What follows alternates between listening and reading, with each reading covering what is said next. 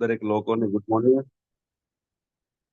Morning and નમસ્કાર. સૌથી પહેલા તો ઘણા દિવસથી આપણા ગ્રુપની અંદર ઓનલાઈન સેશન ચાલે છે મોર્નિંગની અંદર, અને આ સેકન્ડ પાર્ટ હતો જે ગઈકાલે પૂરો થયો, અને એક થર્ડ પાર્ટ પાછો નવો ચાલુ થયો.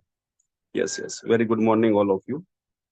અને લાસ્ટ ટાઈમ જે સેશન આપણે કમ્પ્લીટ કર્યું એ સેશન હતું સેલ્સ માટેનું, જેની અંદર બહુ બધા લોકોએ રજીસ્ટ્રેશન તો કરાવ્યું હતું, બટ કદાચ સવારમાં ઉઠવાના પ્રોબ્લેમના લીધે, જાગવાના પ્રોબ્લેમના લીધે સવારમાં આઈ થિંક બેસી નહોતા શકતા. થર્ડ પાર્ટ ચાલુ થયો છે માય ડિયર ફ્રેન્ડ.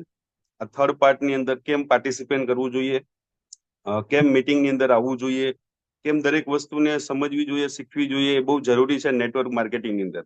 કારણ કે આપણે બધા લોકો નેટવર્ક માર્કેટિંગમાં પોતાનું ફ્યુચર બનાવવા માટે આવ્યા છે, પોતાનું કરિયર બનાવવા આવ્યા છે. તો મને એવું લાગે છે કે મોર્નિંગ સેશન એ નેટવર્ક માર્કેટિંગની અંદર કરિયર બનાવવા માટેનો એક બેસ્ટ વે હશે, બેસ્ટ રસ્તો હશે. તો હજી બી તમારા બહુ બધા તમારા ડિસ્ટ્રીબ્યુટર નહીં આવ્યા હોય તો એમને ફટાફટ ઇન્ફોર્મ કરી દો કે મીટિંગની અંદર ફટાફટ એન્ટ્રી લઈ લે. તો ટુ ધ પોઈન્ટ આપણે આપણી મીટિંગની શરૂઆત કરીએ. સૌથી પહેલા દરેક લોકોને ફરી વખત નમસ્કાર એન્ડ ગુડ મોર્નિંગ. આજની આ ઓનલાઈન મીટિંગની અંદર આવેલા તમામ ડિસ્ટ્રીબ્યુટર, તમામ લીડર્સનું હું અતુલ પટેલ તમારી જોરદાર તાલી સાથે સ્વાગત કરું છું, વેલકમ કરું છું. ભાઈ મેં જોરદાર તાલી કીધી હો ભાઈ. બધા લોકો ઘૂરીને દેખે છે. એક વખત તમારી જગ્યાએ તમે જ્યાં બેઠા છો ત્યાં જોરદાર તાલી પાડો તમારા માટે.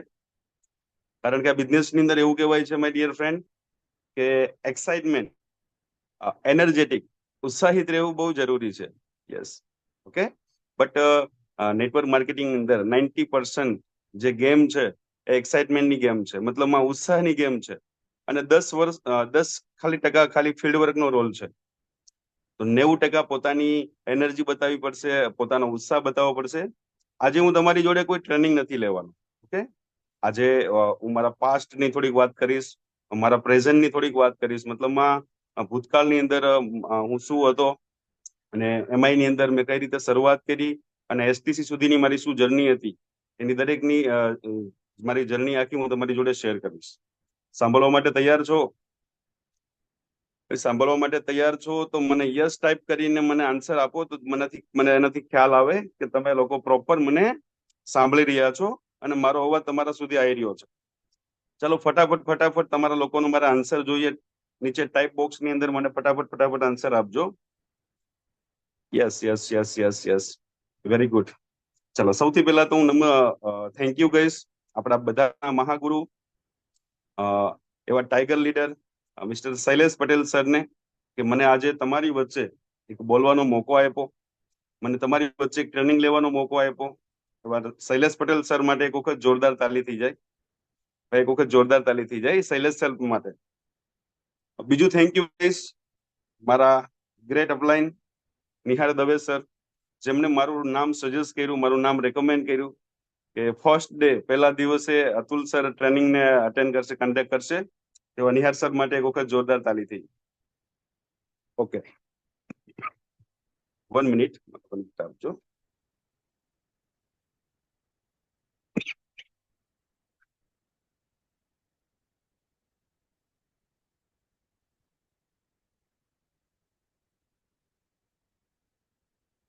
ચલો, ઓકે.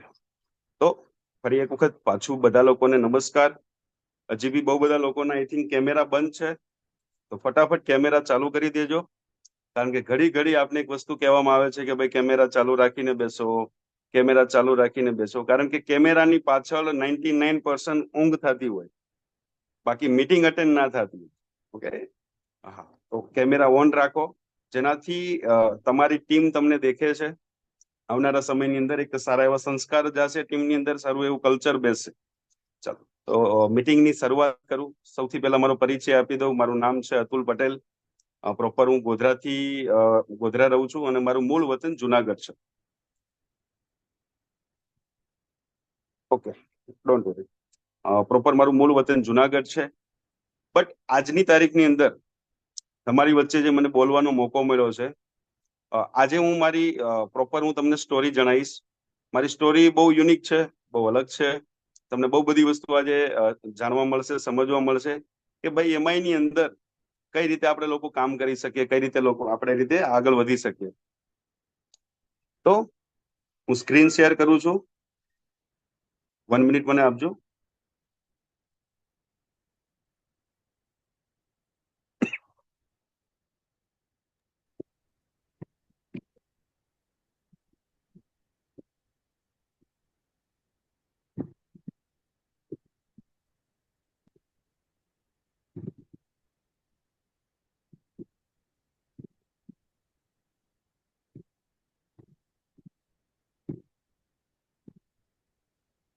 ઓકે સર, સ્ક્રીન બરાબર થઈ ગઈ છે sir? All clear sir. Okay sir, thank you sir. તો માય સ્ટોરી, યાની કે મારી સ્ટોરી શું છે એમઆઈ ની પહેલા અને એમઆઈ પછી, આજે હું તમારી જોડે આવનારો 1 કલાક સુધી તમારી જોડે હું વાત કરવાનો છું. અને પોસિબલ હોય તો પ્રોપર કેમેરા ઓન રાખીને બેસજો, પ્રોપર એક જગ્યાએ બેસજો, જેનાથી તમને પ્રોપર ખ્યાલ આવે. મારી સ્ટોરીની વાત કરું તો હું જુનાગઢનો રહેવાસી છું. જુનાગઢ મારું ડિસ્ટ્રિક્ટ છે. મોરવાડા મારું ગામ છે. અતુલ પટેલ મારું નામ છે, બટ ઓરિજિનલ મારી સરનેમ છે કાપડિયા. મને નહીં ખબર આ પટેલ ક્યાંથી આવી ગયું છે, બટ અમારા આધાર કાર્ડ, પાન કાર્ડ અથવા વોટિંગ કાર્ડ ની અંદર દરેક જગ્યાએ કાપડિયા સરનેમ આવે છે. ઓકે, તો અતુલ પટેલ મારું નામ છે. મારા બેકગ્રાઉન્ડ ની વાત કરું તો મારા ફેમિલીની અંદર મારા ફાધર હતા, મારા મધર હતા, અને મારી 3 સિસ્ટર છે. જે 3 સિસ્ટર મારાથી મોટી છે, યાની કે હું સૌથી નાનો હતો. હાલ મારા ફાધર અમારી જોડે નથી, મારા ફાધરની દેહાંત થઈ ગઈ. 6 લોકોનું અમારું ફેમિલી હતું. મિડલ ક્લાસ ફેમિલીમાંથી હું બિલોંગ કરું છું. બિલકુલ મિડલ ક્લાસ નહીં કહી શકું, કારણ કે એટલા તો કેપેબલ હતા પૈસા ટકે, એટલા સુખી હતા, એટલા વેલસેટ હતા. તો ક્યારેય ફેમિલીમાંથી એવું કહેવામાં નહોતું આવ્યું કે ભાઈ પૈસા કમાવા માટે બહાર જવું પડશે, મતલબમાં પૈસા કમાવા જરૂરી છે. કારણ કે મારા ફાધર ઓલરેડી ટ્રાન્સપોર્ટિંગ લાઇનમાં અમારા ટેમ્પા ચાલતા હતા, આઈસરના મોટી ગાડીઓ ચાલતી હતી, જુનાગઢ થી સુરત, સુરત થી જુનાગઢ. પોતાની ખેતીવાડી બી છે, તો બધું અછું ખાસું વેલસેટ હતું. તો કોઈ દિવસ ફેમિલી તરફથી કહેવામાં આમ નથી આવ્યું કે ભાઈ પૈસા કમાવા માટે બહાર જવું પડશે. અને સૌથી નાનો હતો તો દરેક વખતે મને કહેવામાં આવતું હતું કે ભાઈ ભણજે, ભણજે, ભણીશ તો કદાચ નોકરી સારી મળશે, તો તેનાથી આપણે આપણી લાઈફને સારી, મતલબ બેટર બનાવી શકીએ. પણ પહેલેથી મને ભણવા પ્રત્યે મને કોઈ રુચિ નહોતી. ઓકે, મારી સ્ટોરી તમને આગળ વધારું. હા, બિફોર એન્ડ આફ્ટર, એમઆઈ પહેલા અને એમઆઈ પછી, ભણવા પ્રત્યે મને કોઈ રુચિ નહોતી. ભણવામાં પહેલેથી મને કોઈ ઇન્ટરેસ્ટ નહોતો. અને તમને મજાની એક વાત કરી દઉં, તમને બી થોડુંક અલગ લાગશે કે મારું ક્વોલિફિકેશન 10th સુધી મેં કમ્પ્લીટ કર્યું છે. યાની કે ખાલી બોર્ડની એક્ઝામ સુધી હું ભણેલો છું, 10 સુધી ભણેલો છું. 11મું બી મેં કમ્પ્લીટ નહીં કર્યું. 11મું બી હું અધવચ્ચેથી છોડીને જતો રહ્યો હતો. આ તું મારું ક્વોલિફિકેશન. ઓકે, મારી પાસે કોઈ ડિગ્રી નથી, કોઈ ભણતર નથી, કોઈ એજ્યુકેશન નથી. અને જ્યારે 10th મેં કમ્પ્લીટ કર્યું, યાની કે બોર્ડની મેં એક્ઝામ આપી અને 11મું મારું ચાલુ થયું, તો આઈ થિંક મેં લગભગ 5 મહિના 6 મહિના 11માના કર્યા હતા. અને ફાઇનલી મને પહેલેથી એક પૈસા કમાવાની અંદરથી એક ધગશ હતી, એક અંદરથી એવો ઉત્સાહ હતો. કારણ કે અમારા ડિસ્ટ્રિક્ટની અંદર, જુનાગઢ જિલ્લાની અંદર એક કલ્ચર હતું કે ભાઈ મોસ્ટ ઓફલી લોકો સુરત હોય છે, ડાયમંડ માર્કેટની અંદર હોય છે, હીરા ઘસતા હોય છે, અથવા કોઈને ઓફિસ હોય છે, તો અછો ખાસો પૈસો કમાતા હોય ને, આ છે તે છે, સારી એવી લાઈફસ્ટાઈલ મેન્ટેન કરતા હોય. તો મને બી એક સુરત જવાનું એક ભૂત હતું માથે. તો જેવું 10th કમ્પ્લીટ થયું અને 11મું મારું રનિંગ ચાલુ હતું, આઈ થિંક 5 મહિના 6 મહિના મારા કમ્પ્લીટ થઈ ગયા હતા. અને એ અધવચ્ચેથી છોડીને ફેમિલી સાથે ઝઘડો કરીને માય ડિયર ફ્રેન્ડ હું સુરત જતો રહ્યો.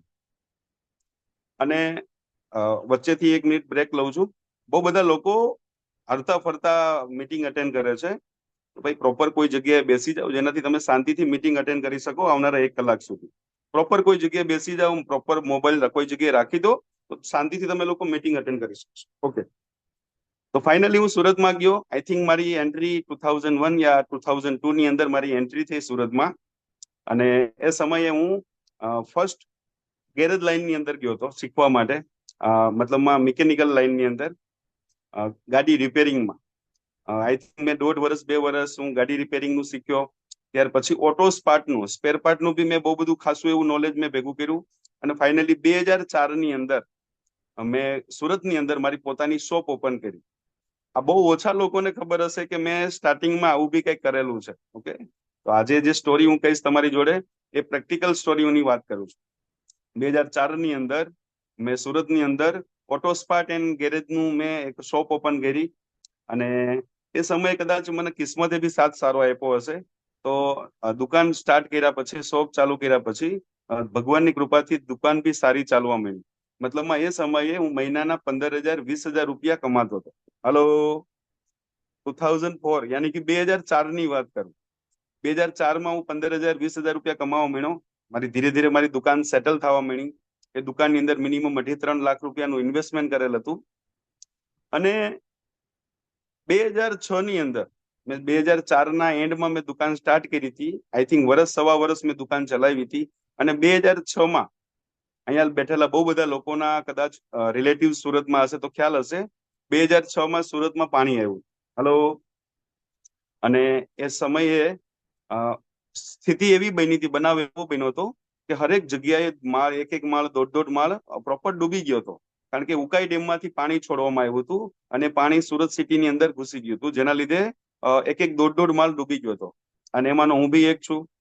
મેં જે જગ્યાએ, જે એરિયામાં મારી શોપ હતી, આઈ થિંક લગભગ 1.5 માળ સુધી એ દુકાન મારી ડૂબી ગઈ હતી.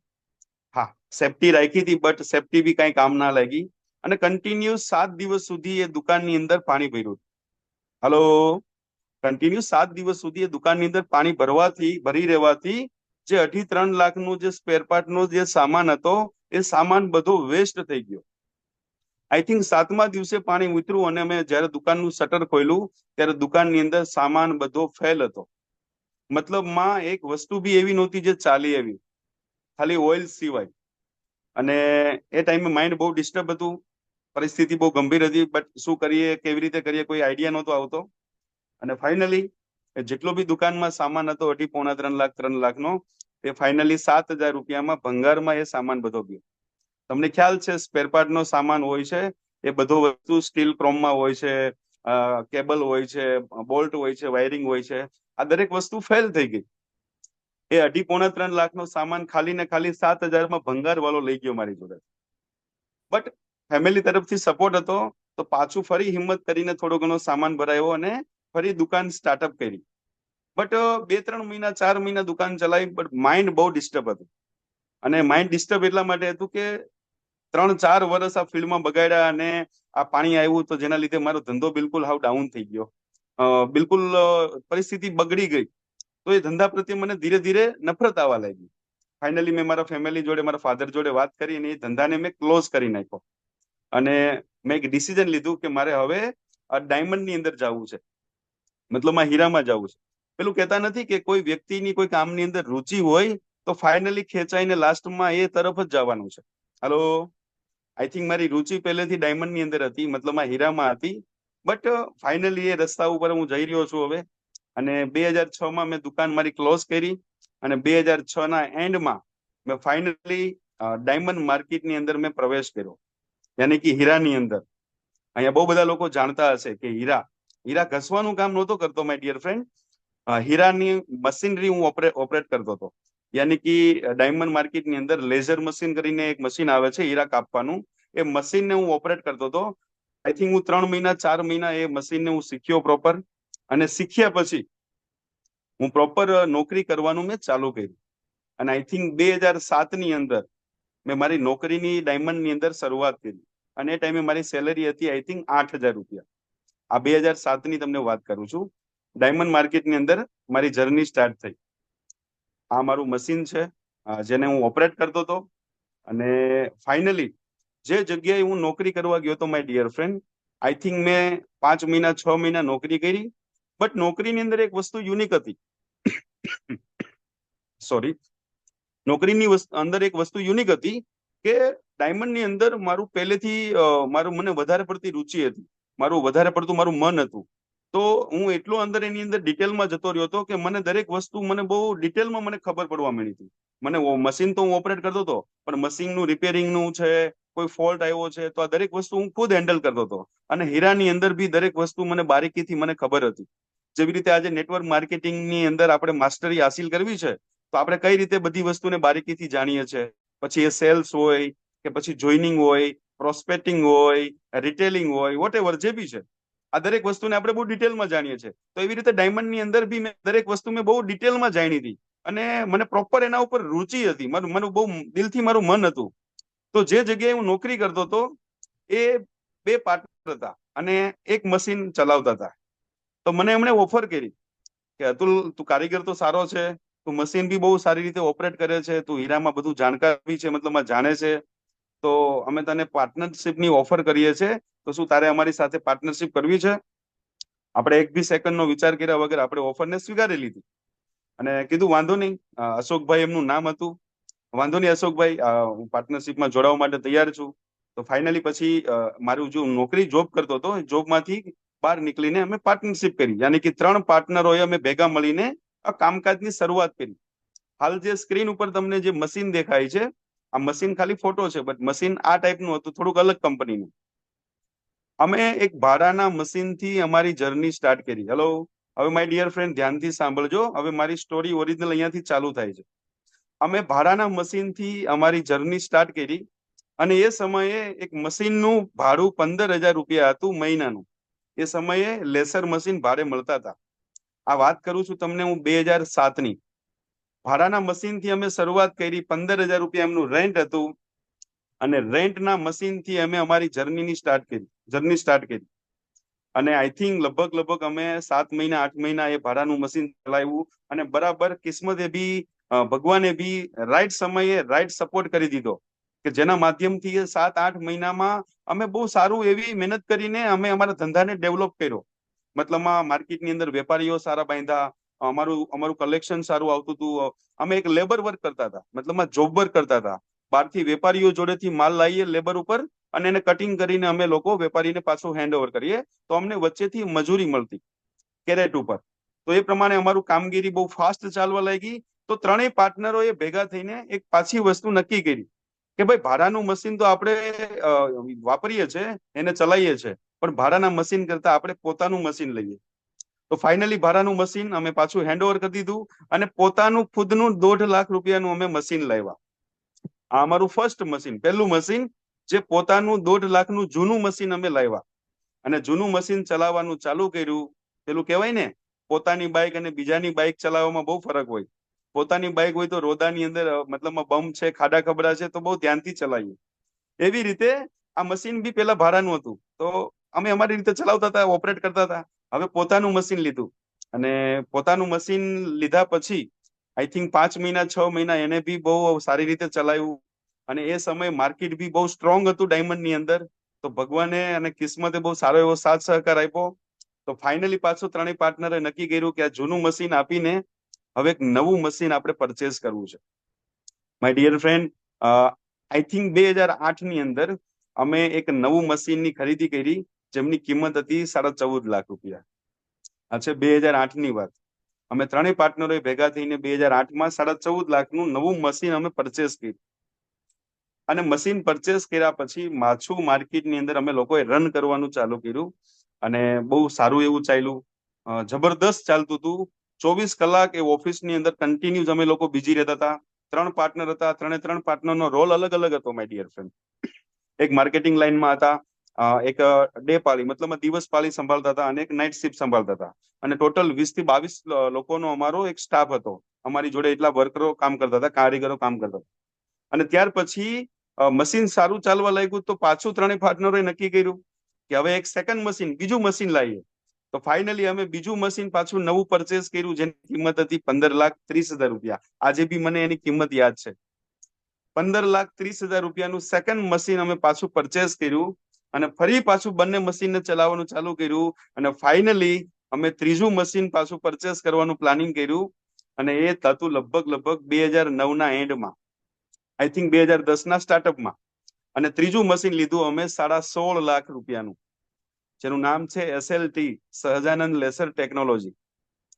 આ દરેક વસ્તુ આજે બી મને યાદ છે. આ ધંધો છોડ્યા એને વર્ષો વહી ગયા, બટ ત્રીજું મશીન અમે પરચેસ કર્યું જેની કિંમત હતી 16.5 લાખ રૂપિયા. યાની કે ફાઇનલી 2010ની અંદર, 2010ના શરૂઆતમાં અમે એવો ઓફિસની અંદર લગભગ 55 લાખ રૂપિયાનું ઇન્વેસ્ટમેન્ટ કરી ચુક્યા હતા અમે ત્રણેય પાર્ટનર ભેગા થઈ. અને મજાની વાત કરું માય ડિયર ફ્રેન્ડ, તો એ ઓફિસની અંદર અમે જેટલું બી ડેવલપ કર્યું, મેં ગામડેથી ₹1 મેં મારા ફાધર જોડેથી મંગાવ્યો નહોતો. હા, મારું ફાધર લોકોની વેલસેટ હતા. ક્યારે મને કહેવામાં નથી આવ્યું તારે પૈસો કમાઈને ગામડે મોકલવો પડશે. કારણ કે મેં તમને વાત કરી કે અમારી ગાડીઓ ચાલતી હતી જુનાગઢ થી સુરત, સુરત થી જુનાગઢ ટ્રાન્સપોર્ટિંગ લાઈનમાં આઈસરના મોટા ટેમ્પા હતા. તો વેલસેટ હતું. પણ એ ઓફિસને એ ધંધાને ડેવલપ કરવા માટે મેં મારા ફાધર જોડે ₹1 નહીં મંગાવ્યો. જે બી કર્યું જાત મહેનતે કર્યું, મહેનત કરીને કર્યું, એમાંથી ને એમાંથી કરતા ગયા, ઇન્કમ બનતી ગઈ, એમાં ઇન્વેસ્ટમેન્ટ કરતા ગયા. અને ફાઇનલી 2010 ની અંદર એ ઓફિસની અંદર અમારા ત્રણેય પાર્ટનરોનું ભેગું થઈને 55 લાખ રૂપિયાનું ઇન્વેસ્ટમેન્ટ થયું.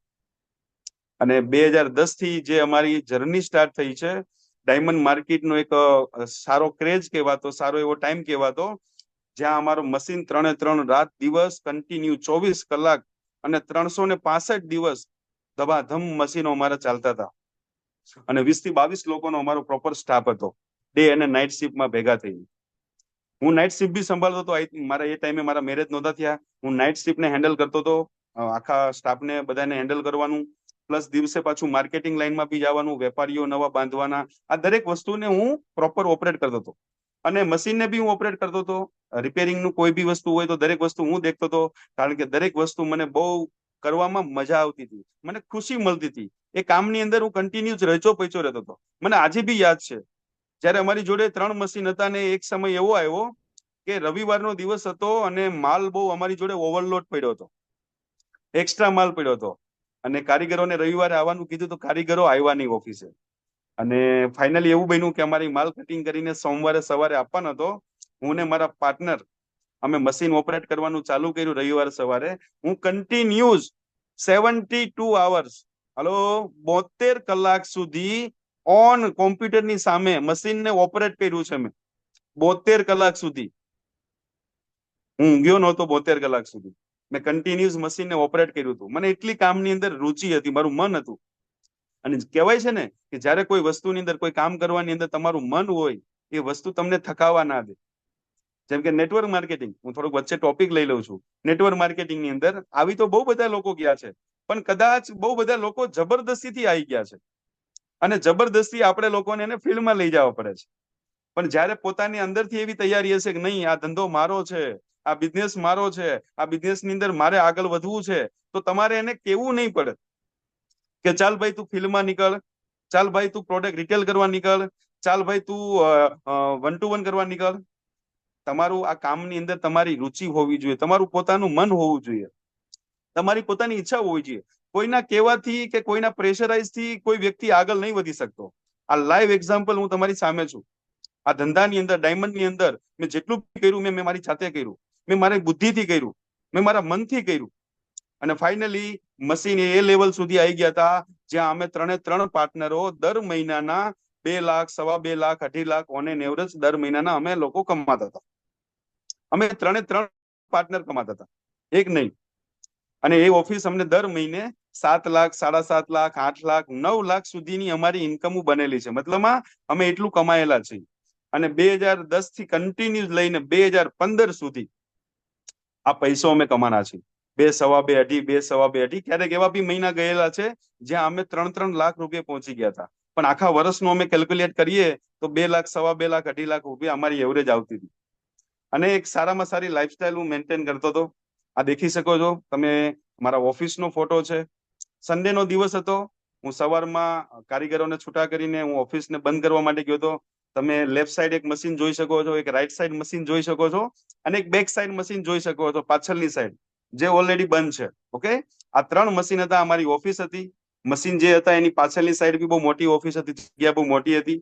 અને માર્કેટની અંદર સારો એવો પૈસો કમાતો હતો. અને આઈ થિંક એ ટાઈમે મારી એજ હતી 21-22 વર્ષ. હું બહુ નાની ઉંમરમાં સુરત જતો રહ્યો હતો. તમને ખ્યાલ હશે, મેં 10 કમ્પ્લીટ કરીને હું સુરત જતો રહ્યો તો મારી એજ કેટલી હોય? 17 વર્ષની. ઓકે, અને જયારે આ લેવલનો હું પૈસો કમાવા લાગ્યો ત્યારે મારી ઉંમર લગભગ મને એક્ઝેક્ટ યાદ નહીં, પણ 22-23 વર્ષની ઉંમર હતી. મને એક વસ્તુનો જવાબ આપો કે આજની તારીખની અંદર 22-23 વર્ષનો એક છોકરો પોતાના કરિયરને લઈને શું વિચારતો હોય? કે મારું સ્ટડી ક્યાં કમ્પ્લીટ કરીશ, હું કઈ લાઈનમાં કયા ફિલ્ડમાં જઈશ, કઈ નોકરી કરીશ, કેટલી સેલેરી મને મળશે, કદાચ આવું વિચારવાનું ચાલતું હોય. Hello, yes or no? But એ સમયે હું માર્કેટમાં 2 લાખ 2.5 લાખ રૂપિયા કમાતો હતો. મારા ફેમિલીની અંદર, મારા રિલેટિવ્સ ની અંદર, મારા આડોશ પાડોશમાં, જ્યાં જુનાગઢ મારું ગામ છે, ગામની આજુબાજુમાં લોકોની અંદર એક મારું નામ બનવા લાગ્યું કે ભાઈ આ છોકરો બહુ નાની ઉંમરની અંદર ક્યાં ને ક્યાં પહોંચી ગયો છે. તો બીજાના છોકરાઓને એના મા બાપ મારી જોડે રેકમેન્ડ કરતા હતા કે તું મારા છોકરાને અતુલ લઈ જા, એને સારો એવો ધંધે ચડાય, એમને સારી એવી લાઈન ઉપર ચડાય. તો મારા ગામના ઘણા છોકરાને મેં મારા ઓફિસની અંદર લાવીને એમને પ્રોપર આ વસ્તુ શીખાડેલી છે. લગભગ 20-25, મને એક્ઝેક્ટ આંકડો બી ખબર નહીં. તો એક નામ નાની ઉંમરમાં મેં બહુ મોટું બનાવ્યું હતું મારું, મારા ફેમિલીની અંદર, મારા સગા સંબંધીની અંદર, દરેક જગ્યાએ. અને બહુ સારી એવી ઇન્કમ કમાતા હતા. એની સાથે સાથે બહુ સારી એવી લાઈફસ્ટાઈલ હું મેન્ટેન કરતો હતો. યાની કે ફાઇનાન્શિયલ ફ્રીડમ જેને કહેવાય છે, આપણે બિઝનેસ પ્લાન બતાવીએ છીએ, પૈસાની આઝાદી. મારી જોડે પૈસાની ભરપૂર આઝાદી હતી.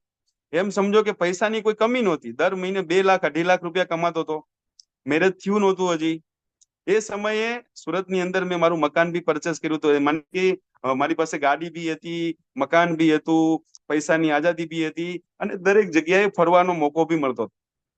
બટ એક વસ્તુ તમને કહી શકું કે ફરવાનો મોકો મને બહુ ઓછો મળ્યો છે.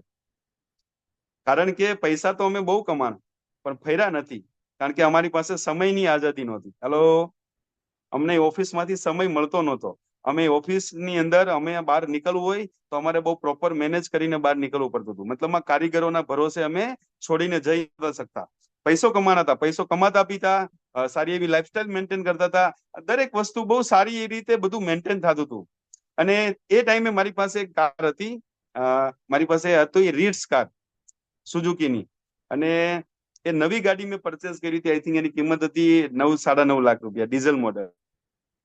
અને દરેક વસ્તુ બધી અલગ અલગ થવા લાગતી હતી. મતલબમાં યુનિક વસ્તુ બધી મારી જોડે બનતા હતા. સારી સારી વસ્તુ, પોઝિટિવ બધા વાતાવરણ એ ટાઈપનું હતું. અને 2015 ની અંદર ફાઇનલી મારું મેરેજ થયું. સોરી, 2014 ની અંદર, 2014 ના ડિસેમ્બરમાં. અને મારા મેરેજ ની અંદર લગભગ મેં 22 લાખ રૂપિયાનો ખર્ચો કર્યો હતો 2014માં. અને ટોટલ ખર્ચો મેં ઉપાડ્યો હતો. મેં મારા ફાધરની ઉપર 1% બી બર્ડન નહોતું આવવા દીધું. મેં મારા ફાધરને કીધું હતું, પપ્પા હું બધો પૈસો હું કાઢીશ. ઓકે, મારા મેરેજનો જેટલો બી ખર્ચો હશે એ બધો ખર્ચો હું ઉપાડીશ, તમારે 1 બી રૂપિયો કાઢવાનો નથી. અને 2014 ની અંદર ફાઇનલી મારું મેરેજ થયું. અને મેરેજ થયા પછી સુરતની અંદર મારું ફેમિલી સેટલ મેં કર્યું, મારું રૂમ ચાલુ મેં કર્યું. અને ફાઇનલી મેરેજ પછી આફ્ટર 3 મહિના પછી મારા ફાધરની હેલ્થ બગડી, ફાધરની તબિયત બગડી. અને પેલા નજીકના ડોક્ટરોને બતાવ્યું તો ડોક્ટરે નોર્મલ કીધું, ફીવર છે, તાવ છે, બીજું કશું નથી, મેલેરિયાની અસર છે. દવાથી ઘરે આવી ગયા. અને 1 વીક થઈ ગયું, પણ હજી બી ફીવર ઉતરતો નહોતો. મતલબમાં કન્ટિન્યુઅસ વધારે બીમાર થતા હતા. અને ત્યાર પછી રાજકોટ, અમારે ત્યાંથી રાજકોટ નજીક થાય, તો રાજકોટ મારા ફાધરને લઈને મારા કાકા લોકો, મોટા બાપા લોકોની રાજકોટ બતાવવા માટે ગયા. અને જયારે ફાઇનલી મારા લાઈફની અંદર બહુ મોટો ક્રેશ આવ્યો, જેવાય છે ફાઇનાન્શિયલ ક્રાઇસિસ, પૈસાની તંગી, એ કઈ રીતે આવી છે હું ટોટલ તમને હું ડિટેલમાં જણાવીશ. રાજકોટ ગયા મારા ફાધર લોકોની, અને ડોક્ટરે ચેકઅપ કરીને સોનોગ્રાફી કાઢીને એક વસ્તુ કીધી કે ભાઈ આમને કિડની એક જ છે, અને એ કિડની બી ફેલ છે. અને એ ટાઈમે હું સુરત હતો. મારી ઉપર ફોન આવ્યો મારા અંકલનો, મારા કાકાનો, કે અતુલ, ડોક્ટરે આવું કીધું છે કે પપ્પાની કિડની એક જ છે, અને એક કિડની છે એ બી કિડની ફેલ છે. અને એ ટાઈમે મને, માય ડિયર ફ્રેન્ડ, કોઈ એક્સપિરિયન્સ નહોતો, કોઈ અનુભવ નહોતો કે ભાઈ કિડની શું કહેવાય, અને એનું શું ઓરિજિનલ કામ હોય, કઈ રીતે શરીરમાં કામ કરે. તો મેં એટલું બધું મતલબમાં સિરિયસલી નહીં લીધું કે ચલો હશે, એ ક્લિયર થઈ જશે. પછી મેં મારા ફાધરને સુરત બી બોલાવી લીધા. પણ બનાવ એવો બન્યો હતો માય ડિયર ફ્રેન્ડ, પછી પ્રોપર અમે જાંચ કરાવી, પ્રોપર સીટી સ્કેન ને MRI બધું કરાવ્યું. તો ફાઇનલી ખબર પડી કે મારા ફાધરની, મારા જન્મ પહેલા મારા ફાધરને પથરીનો પ્રોબ્લેમ આવ્યો હતો. તો પથરીનો પ્રોબ્લેમને લીધે જુનાગઢ સિવિલની અંદર પથરીનું ઓપરેશન કરવા માટે ગયા હતા. ત્યારે એ સમયે ડોક્ટરે એક કિડની કાઢી લીધી હતી. એ ખબર પડી કેટલા વર્ષ પછી? એ ખબર પડી 25 વર્ષ પછી, 26 વર્ષ પછી. અને 26 વર્ષ સુધી મારા ફાધર એક કિડની ઉપર એનું જીવન ચાલતું હતું. મારા ફાધરે મહેનત બી બહુ કરી છે, બહુ સ્ટ્રગલ કર્યું છે, બહુ રાત દિવસ દોડ્યા છે, પણ એ કિડની ઉપર બધું મેન્ટેન કરતા હતા. અને ફાઇનલી એ કિડની ઉપર વધારે પડતો લોડ આવવાથી એ કિડની ફેલ થઈ ગઈ.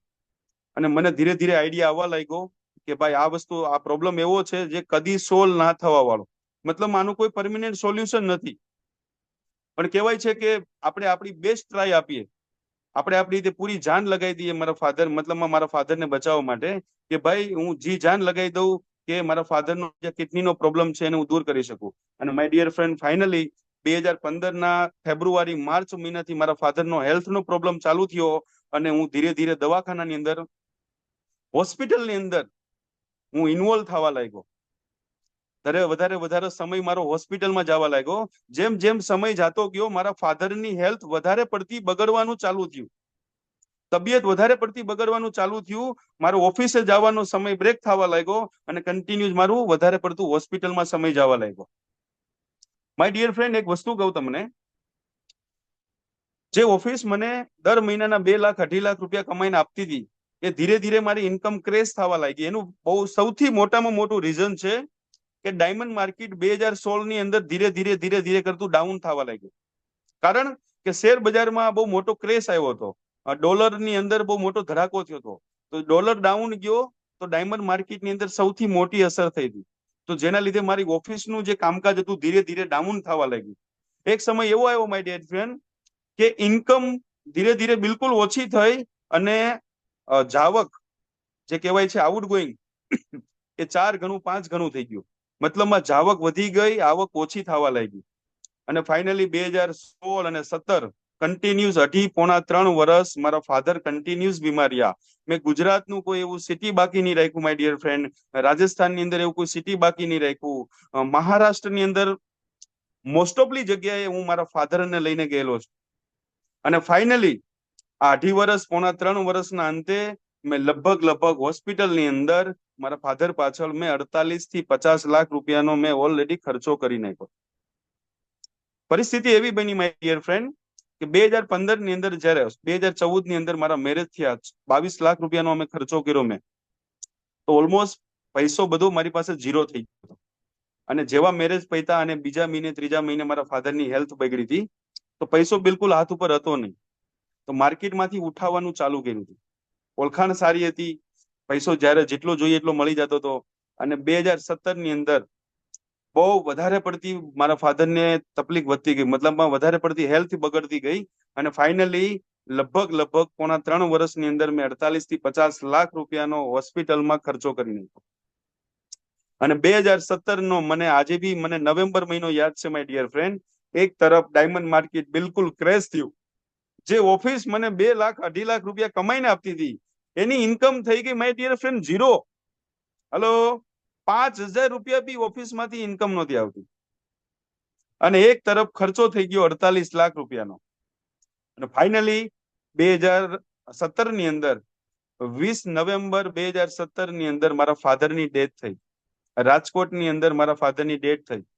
અને લાસ્ટ ટાઈમ એ 6 દિવસ રાજકોટ હોસ્પિટલમાં એડમિટ હતા.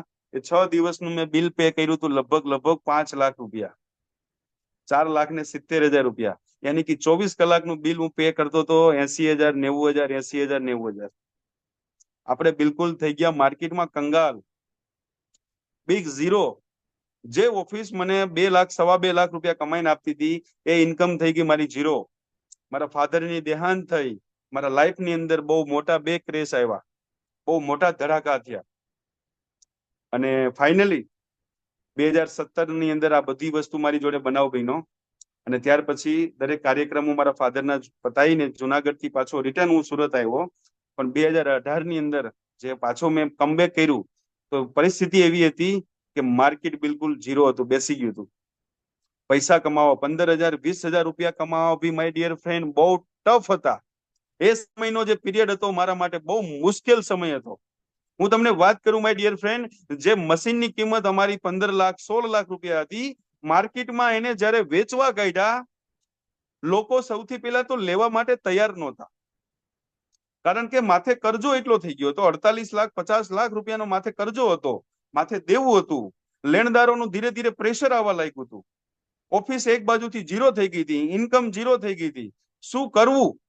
એ ખબર નહોતી પડતી. માર્કેટની અંદર મશીનો વેચવા કાઢ્યા, ઓફિસની અંદર જેટલો બી બધી દરેક વસ્તુ હતી બધી વેચવા માટે કાઢી. મારો પોતાનો ફ્લેટ હતો, 45 લાખ રૂપિયાની કિંમત હતી, એ બી વેચવા કાઢી. એ સમયે મારી પાસે 15 લાખ રૂપિયાની મારી પાસે કાર હતી, એ ગાડી બી વેચવા કાઢી. મારી પાસે એ ટાઈમે લાખ રૂપિયાની ગાડી હતી, ટુ વ્હીલર બાઇક એફઝેડ, એ બી વેચવા કાઢ્યું. પણ પરિસ્થિતિ એવી હતી કે કોઈ બી વસ્તુ માર્કેટમાં વેચાતી નહોતી, કારણ કે મંદીનો માહોલ એવો બધો સર્જાઈ ગયો હતો. જે કિંમત મારે જોતી હતી એ કિંમત તો ભૂલી જાવ, એનાથી 5% બી કિંમત આવે એવી કન્ડિશન નહોતી. અને માર્કેટમાં વસ્તુ વેચવા કાઢી. તમને મજાની વાત કરું તો જે મશીન 15 લાખ 16 લાખ રૂપિયાનું અમે મશીન પરચેસ કર્યું હતું, એ ફાઇનલી કોઈ મશીન 1.5 લાખમાં ગયું, કોઈ મશીન 6 લાખમાં ગયું, અને કોઈ મશીન 2 લાખમાં ગયું. મને એક્ઝેક્ટ અમાઉન્ટ નહીં ખબર. જે મશીન કિંમત 15-16 લાખ રૂપિયા હતી, એ મશીનની વેલ્યુએશન 1.25 લાખ 1.5 લાખ 2 લાખ. જે મકાનની વેલ્યુએશન એક સમય 45 લાખ રૂપિયા હતી, તમે જાણીને ચોક થઈ જશો કે સર આવું બી છે. યસ, એ મકાનની કિંમત ખાલી ને ખાલી 24 લાખ રૂપિયામાં મકાન મારું ગયું. જે ગાડી મેં લાખ રૂપિયાની ગાડી લીધી હતી એફઝેડ, એ ગાડી મેં મુશ્કેલથી લગભગ 12,000-13,000 રૂપિયામાં ગાડી વેચી. Hello,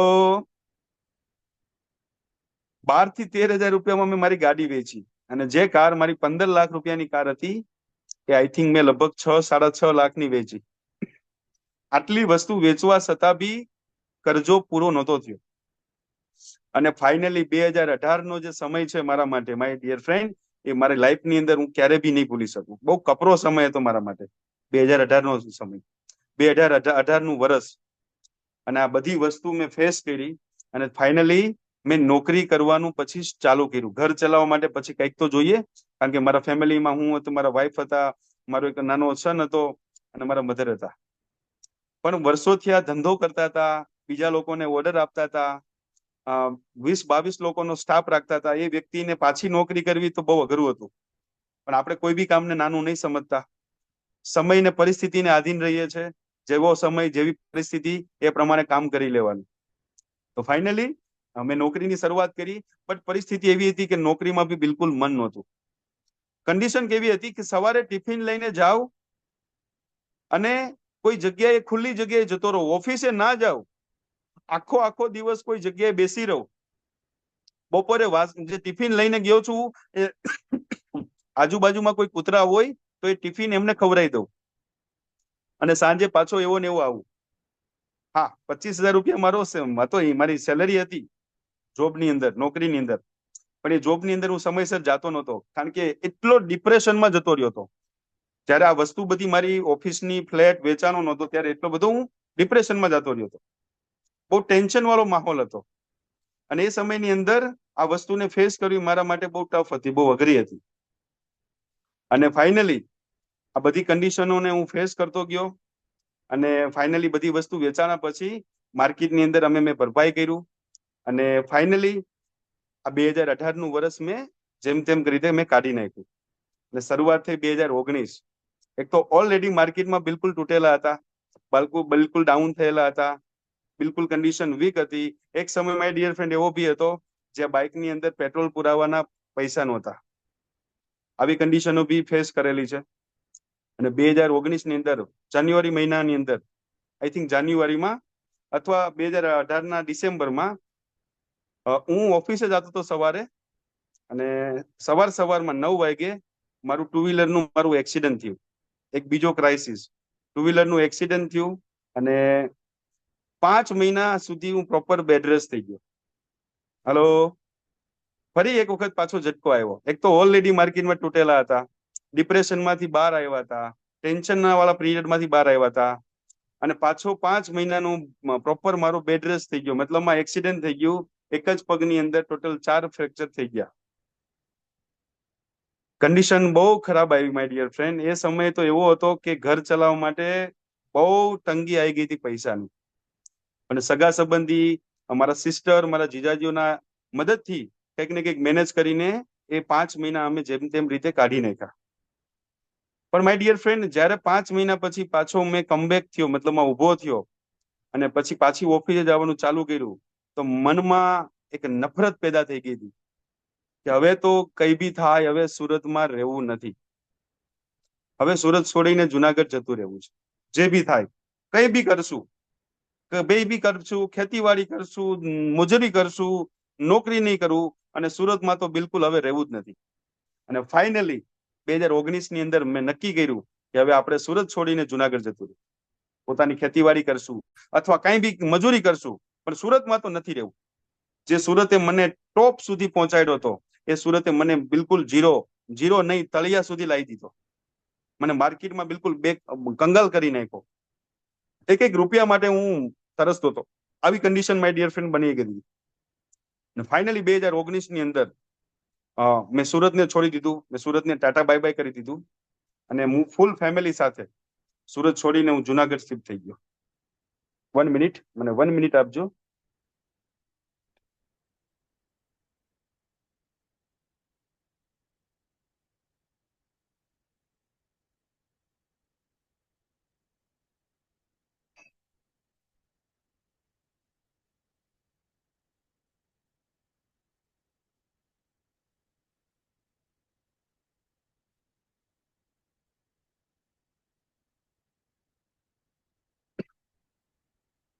okay, sorry.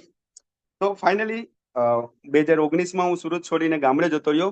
પણ માય ડિયર ફ્રેન્ડ, મારી પહેલેથી સોચ હતી કે આવનારા 5 વર્ષની અંદર હું પાછું ફરી ટ્રેક ઉપર આવીશ, પાછો ફરી એક વખત ટોપ ઉપર જઈશ. પણ શું કરીશ, કેવી રીતે કરીશ, કોઈ આઈડિયા નહીં, કોઈ સપોર્ટ નહીં, કોઈ મેન્ટલી સપોર્ટ નહીં, કોઈ ફિઝિકલ સપોર્ટ નહીં, કોઈ ફાઇનાન્શિયલ સપોર્ટ નહીં. કારણ કે પેલું કહેવાય છે ને કે માર્કેટમાં એક વખત તૂટ્યા પછી જે નજીકના લોકો હોય એ બી આપણો સાથ છોડી દેતા હોય છે. તો પરિસ્થિતિ એવી બની કે નજીકના લોકો બી ધીરે ધીરે દૂર જવા લાગ્યા. કદાચ એના સંપર્કમાં આવશું ને આપણી જોડે પૈસા માંગશે, આવી કન્ડિશનો બી થાય. આ દુનિયા એક જ ભાષા સમજે છે, તમારા ખિસ્સાની ભાષા. અગર તમારા ખીચામાં માલ છે, દુનિયા તમને સલામ કરશે. પણ તમારા ખીચામાં માલ નથી, તમારા નજીકના લોકો બી તમારાથી દૂર જતા રહેશે. આવી કન્ડિશન બી મેં ફેસ કરેલી છે. મારું સારું એવું ગ્રુપ બી હતું, બટ એ ગ્રુપ ઓરિજિનલ જે ખરાબ સમય આવ્યો હતો, એ ગ્રુપ બી મારું ઓળખાઈ ગયું. 150 લોકોનું મારું ગ્રુપ હતું. પણ એક જીદ હતી કે કઈ બી કરશું, માર્કેટમાં ફરી ઉભા થશું, કંઈક નવું ચાલુ કરશું, પણ 5 વર્ષની અંદર પાછા ટોપ ઉપર જશું. આ ફાઇનલ મારો ગોલ હતો. 2007 ની અંદર 8 ની અંદર 0 થી સર્જન કર્યું હતું અને 0 થી ટોપ ઉપર ગયા હતા. તો કેમ ફરીથી પાછા ટોપ ઉપર ના જઈ શકીએ? તો જુનાગઢ જતો રહ્યો, અને ફાઇનલી 2-3 મહિના સુધી હું ગામડે ખાલી ને ખાલી મેં આટા બીટા માર્યા. મતલબ ફર્યો, કોઈ કામકાજ નહોતું આપણી જોડે. ખેતીવાડી હતી, મેન્ટેન કરતા હતા મજૂરો દ્વારા, બીજું કોઈ કામકાજ નહોતું. અને એ સમયે મને એક ઓફર મળી સાઉથ આફ્રિકાની. અને ઓફર આવી હતી મારા સસરા તરફથી ને એમના ફેમિલીમાંથી કે અતુલ, તમારે આફ્રિકા જવું છે, 3 વર્ષનો કોન્ટ્રાક્ટ બેઝ છે, 1.25 લાખ રૂપિયા પગાર છે. આ બધું ફિક્સ હતું. અને 1-2 સેકન્ડનો વિચાર કર્યા વગર મેં એ ઓફરને એક્સેપ્ટ કરી લીધી. યસ, હું જઈશ, ભલે 3 વર્ષ માટે. કારણ કે મારે પહેલેથી જીદ હતી કે ના, પાછું ફરી ટોપ ઉપર જવું છે, ફરી એ ઇન્કમ ને લેવી છે, તો કંઈક ને કંઈક તો સ્ટેપ ઉઠાવવું પડશે. અને આફ્રિકાની ઓફરને મેં એક્સેપ્ટ કરી લીધી, અને મારો પાસપોર્ટની પ્રોસેસ મેં કરવાનું ચાલુ કર્યું. અને પેલું કહેતું નથી કે કિસ્મતની અંદર ક્યારેક યુટર્ન આવે, કોઈ વળાંક આવશે, તમને ખબર હોતી નથી. અને આફ્રિકાની પ્રોસેસ મારી ચાલુ હતી. આઈ થિંક હું જુલાઈની અંદર હું ગામડે જતો રહ્યો હતો, અને 2 મહિના 3 મહિના હું ફર્યો હતો. અને એ સમય દરમિયાન જન્માષ્ટમી ઉપર એક મારા દૂરના સાઢુભાઈ તરફથી મને એક ઓફર આવી. હું અહીંયા નામ મેન્શન નહીં કરતો. એક દૂરના સાઢુભાઈ તરફથી મને એક ઓફર આવી કે સાઢુભાઈ, તમારે ગોધરા આવવું છે, એક કંપની છે, અને એ કંપનીની અંદર બહુ સારું એવું કામ અમે કરીએ છીએ, સારો એવો પૈસો કમાઈએ છીએ. મેં કીધું ના ભાઈ, આપણે એવું કશું કરવું નથી, અમારું ફાઇનલ છે, મારું બધું પ્રોસેસ ચાલે છે, હું આફ્રિકા જવાનો છું, અને બધું સેટ છે. એ કંપનીમાં આપણે પડવું નથી. અને કંપની હતી એમઆઈ લાઈફસ્ટાઈલ. એક વખત એમઆઈ લાઈફસ્ટાઈલ માટે જોરદાર માય ડિયર ફ્રેન્ડ તાલી પાડો, એક વખત જોરદાર. પોતાની જગ્યા ઉપર આ પ્લેટફોર્મની ઉપર એ દૂરના સાઢુભાઈએ મને કોલ કર્યો હતો અને મને ઓફર આપી હતી. બટ કન્ટિન્યુઅસ ફોન આવતા હતા, વારંવાર ફોન આવતા હતા. તો મને એવું થયું કે ચાલો, હાલ તો આપણી પાસે સમય છે, ડિસેમ્બર મહિનામાં જવાનું છે, બટ આપણી જોડે 3-4 મહિનાનો સમય છે, તો આટો મારી આવીએ, જોઈ આવીએ. આમે લાઈફમાં કોઈ દિવસ ગોધરા જોયું નહોતું, કારણ કે હું મારું નેટિવ જુનાગઢ, હું રહેતો તો સુરત, તો ગોધરા જોયું નહોતું. હા, પણ પહેલેથી એક ઈચ્છા હતી કે ગોધરા કેવું હશે, ગોધરામાં શું હશે. કારણ કે અમારી જુનાગઢ બાજુ ગોધરાથી મજૂરો બહુ આવે, દાહોદ બાજુથી. તો અમને એવું હતું કે ગોધરા એટલે હાવ કેવું હશે, એક વખત જોવું છે એમ. પહેલેથી આવી ઈચ્છા હતી. તો ફાઇનલી હું જન્માષ્ટમી પછી હું ગોધરા આવ્યો, મારા સાઢુભાઈના કહેવાથી. મેં કીધું એક વખત જોઈ લઈએ શું છે, એક વખત ગોધરા બી જોઈ લઈએ કેવું છે ગોધરા. અને ફાઇનલી 1/9/2019, તમે આ ફોટો ધ્યાનથી દેખશો તમને ખ્યાલ આવશે. ગોધરાની અંદર લુણાવાડા રોડ ઉપર રિલાયન્સ પેટ્રોલ પંપની સામે ગોધરામાં બીઓપી થતી હતી રવિવારના દિવસે. અને રવિવારના દિવસે 1/9 સવારમાં મારી ગોધરામાં એન્ટ્રી થઈ. અને તમે દેખી શકો છો, પેલી જ રોમાં, યાની કે પેલી ચેર ઉપર હું બેઠો છું, વ્હાઈટ ટી શર્ટ પહેરેલું છે. ધ્યાનથી દેખશો તમને દેખાઈ જઈશ હું.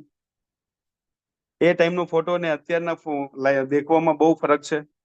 અને 1/9/2019 મેં એમઆઈ લાઈફસ્ટાઈલનો પ્રેઝન્ટેશન દેખ્યું હતું માય ડિયર ફ્રેન્ડ.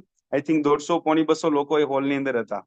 અને એ સમયે પ્રેઝન્ટેશન લેતા હતા અમારા great and great upline mister Nihar Dave sir. એમનો મેં પ્લાન દેખ્યો હતો. પ્લાન તો મને બહુ સારો લાગ્યો, પણ મને બિલકુલ ટ્રસ્ટ નહોતો, મને બિલકુલ ભરોસો નહોતો. કારણ કે ઓલરેડી મેં આવી એક કંપનીમાં ઓલરેડી 2013-12 કામ કરી ચુક્યો હતો. પણ મને બિલકુલ ભરોસો નહોતો. કામ કરી ચુક્યો હતો એટલે મીન્સ કે મેં કોઈ મહેનત નહોતી કરી, ખાલી ને ખાલી એન્ટ્રી લેવા ખાતર એન્ટ્રી લીધી હતી. તો આવી નેટવર્ક માર્કેટિંગ પ્રત્યે મને કોઈ બિલકુલ ભરોસો નહોતો. તો આપણે પાછા જતા રહ્યા જુનાગઢ. અને ફાઇનલી જુનાગઢ જતો રહ્યો તો પાછો મારા સાડુભાઈનો ફોન આવ્યો કે સાડુભાઈ, તમે ફાઇનલી જવાના છો આફ્રિકા, પણ એક અમારી ગાંધીનગરની અંદર ટ્રેનિંગ છે. પેલા કહેતા નથી કે આપણો કોઈ ડિસ્ટ્રીબ્યુટર અથવા કોઈ નવા ગેસ્ટ ને આપણે શું કહેતા હોઈએ કે ચાલ ને ભાઈ એક ટ્રેનિંગ છે, ચાલ ને ટ્રેનિંગમાં બહુ બધા સારા સારા લીડરો આવવાના છે, એક વખત આવી જા, એક વખત જોઈ લે. તો એવી રીતે મને બી મારા સાડુભાઈ મને વારંવાર આમંત્રણ આપતા હતા કે ગાંધીનગરની અંદર એક ટ્રેનિંગ છે, તમે એક વખત ટ્રેનિંગ દેખવા આવો, તમને પસંદ પડે તો ઠીક છે, નકર તમે આફ્રિકા તો જવાના જ છો. મેં તો ચાલો કોઈ વાંધો નહીં, એક ટ્રાય વધારે, ગાંધીનગર બી જઈ આવીએ. તો ફાઇનલી પાછો હું ગાંધીનગર ગયો. અને ગાંધીનગર જઈને મેં ટ્રેનિંગ અટેન્ડ કરી માય ડિયર ફ્રેન્ડ. 7 કલાકની ટ્રેનિંગ હતી. અને ટ્રેનિંગ લેવા આવ્યા હતા એમપીના એક લીડર, જેનું નામ છે દુર્ગેશ ત્રિપાઠી, જે આઈટીસી લીડર છે. પોતે પોતાની બુક્સ લખેલી છે, મોટિવેશન સ્પીકર છે. એ 7 કલાકની ટ્રેનિંગ સાંભળ્યા પછી મારા માઇન્ડની અંદર જેટલી બી નેગેટિવિટી હતી, જેટલા બી નેગેટિવ સવાલ ફરતા હતા, એ બધા મારા સવાલ, કન્ફ્યુઝન મારા દૂર થયા. અને હોલની બહાર નીકળ્યા પછી મેં ડિસાઈડ કર્યું કે હવે કરિયર બનાવીશ, ફ્યુચર બનાવીશ, માય લાઈફસ્ટાઈલની અંદર જ બનાવીશ. અને ફાઇનલી જુનાગઢ જઈને મારો આ પ્રસ્તાવ મેં મારા ફેમિલી જોડે મૂક્યો. તમને તો ખ્યાલ છે, આવી કન્ડિશનમાં આવી રીતે તમે કોઈ બી કંપની માટે તમે ઓફર લઈને જાઓ અને એ બી ₹1.25 લાખ સેલેરી છોડીને વાત કરો, તો પછી પંડિત લોકોની મીટિંગ થઈ અમારા ફેમિલીમાં, મારા જીજાજીઓની, મારા કાકાઓની, આ છે તે છે બધા લોકોની, કે ભાઈ આવડી મોટી ઓફર ને છોડીને તું આવું બિલકુલ બકવાસ કામ કરવા જઈ રહ્યો છે. તો એ લોકોને આ ધંધાની કોઈ તાકાત નહોતી ખબર. એ 7 કલાકની ટ્રેનિંગ માય ડિયર ફ્રેન્ડ મેં અટેન્ડ કરી હતી. મને ખબર હતી કે આ ધંધાનું શું ફ્યુચર છે, શું ભવિષ્ય છે. તો મેં એમની જોડેથી 3 વર્ષનો માય ડિયર ફ્રેન્ડ સમય માંગ્યો. અને 3 વર્ષ મેં કીધું કે 3 વર્ષ મને આપો. 3 વર્ષની અંદર અગર આ ધંધામાંથી હું સક્સેસ નથી થતો, તો પછી તમે જે કહેશો એ હું કરીશ. કારણ કે હું આફ્રિકા તો જતો, કદાચ 3 વર્ષ કોન્ટ્રાક્ટ બેઝ ઉપર જતો, ફેમિલીથી દૂર બી રહેતો, હું 40-50 લાખ રૂપિયા લઈને બી આવતો. પણ ઇન્ડિયા આવીને ચાલુ તો મારે પાછું ઝીરોથી જ કરવાનું ને. હાલો, હું કોઈ બી નવો ધંધો ચાલુ કરું તો ચાલુ તો મારે ઝીરોથી જ કરવાનું ને. તો એવું વિચાર્યું કે 3 વર્ષ 4 વર્ષ માય લાઈફસ્ટાઈલને આપી દઉં, અને દર મહિનાના હું 2 લાખ, 3 લાખ, 5 લાખ રૂપિયા માય લાઈફસ્ટાઈલમાંથી કેમ ના કમાવું? હાલો, યસ ઓર નો? સોચ હોય કે ના હોય? તો ફાઇનલી હું ફરી પાછો રિટર્ન ગોધરા આવ્યો અને મેં બિઝનેસ કરવાની ચાલુ કર્યું, બિઝનેસ કરવાની શરૂઆત કરી. પણ પરિસ્થિતિ એવી હતી માય ડિયર ફ્રેન્ડ કે મારા કોઈ કોન્ટેક્ટ નહોતા, મારી કોઈ ઓળખાણ નહોતી, મારા કોઈ રિલેટિવ્સ નહોતા ગોધરાની અંદર. હું મારી ખાલી ને ખાલી મારા સાઢુભાઈના થ્રુ હું ગોધરામાં આવ્યો હતો. ઓળખાણ બિલકુલ હતી નહીં, તો પ્રોડક્ટ વેચવા જવું ક્યાં? કારણ કે આ ફિલ્ડનો મને કોઈ અનુભવ નહીં, કોઈ એક્સપિરિયન્સ નહીં. અને એટલું તો હું જાણી ગયો હતો કે આ ફિલ્ડમાં ટકવા માટે શરૂઆતમાં નાના મોટા ખર્ચાને મેન્ટેન કરવા માટે સાઈડમાં કંઈક ને કંઈક જોશે. આપણી પાસે એવું કોઈ બેકઅપ તો હતું નહીં. કે 50,000 લાખ રૂપિયા આપણે રાખીએ. આપણે બિલકુલ કંગાલ હતા, ઝીરો હતા. ગોધરા આવ્યો ત્યારે ખાલી 5,000 રૂપિયા લઈને આવ્યો હતો માય ડિયર ફ્રેન્ડ. હલો, ખાલી ને ખાલી 5,000 રૂપિયા લઈને આવ્યો હતો. અને 5,000 થી મેં માય લાઈફસ્ટાઈલ ની શરૂઆત કરી હતી. થોડું ઘણું સેટિંગ કરીને પ્રોડક્ટની ખરીદી કરી અને શરૂઆત કરી એટલે ખબર તો પડી ગઈ હતી કે ભાઈ ખર્ચાને મેન્ટેન કરવા માટે સાઈડમાં કંઈક ને કંઈક નાનું મોટું કામ જોશે. મારા સાડુભાઈ જોડે હું ફિલ્ડ વર્ક કરતો હતો અજાણ્યા વિસ્તારમાં. અને ફાઇનલી એ ખર્ચાને મેન્ટેન કરવા માટે મને એક જગ્યાએથી મને ઓફર આવી. મતલબમાં મેં સામેથી જ કીધું હતું કે મને સાઈડમાં મને કંઈક 250-300 રૂપિયા મળે એ ટાઈપની મને કંઈક નોકરીનું અરેન્જમેન્ટ કરી આપો. તો ફાઇનલી મને ગોધરાની અંદર લુણાવાડા રોડ ઉપર ભુરાવ ચોકડી ઉપર સદગુરુ હોટલ છે. એ સદગુરુ હોટલની અંદર મને નોકરી મળી.